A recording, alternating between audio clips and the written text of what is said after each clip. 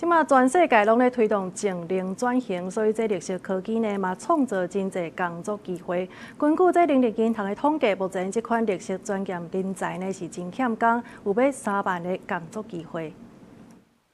会当看到车路顶悬电动车愈来愈多，政府嘛鼓励民众伫咧厝顶倒太阳能板，这些拢是因应净零转型的改变。嘛，因为安尼增加真侪工作机会，这新的工作机会就是绿色专业人才。根据人力银行的统计，目前这款绿色专业人才是真欠工，有要3万个工作机会，而且8年成长278%，甚至也有一年薪水要200万的势头。绿色科技包含了循环经济、再生能源、能源效率，或是水资源管理、减缓或调试，或是永续的农业，或是交通，都是一个很有潜力的。那全世界大概都在发展当中。那我们跟德国合作，把这个可能的这个量都算得出来。那未来呢，我们会用这样的一个需求面、实际上的面，还有包含的训练面，两个做结合，能够创造更多的这个绿色产业工作机会出来。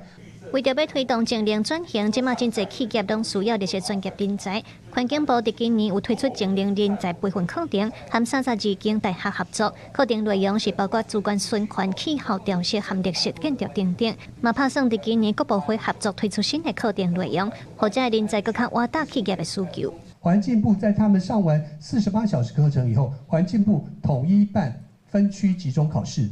那集中测验以后，他及格的我们会发 合格的证明，由于它是环境部发的合格证明，目前这合格证明已经在104人力银行列为抢手的证照。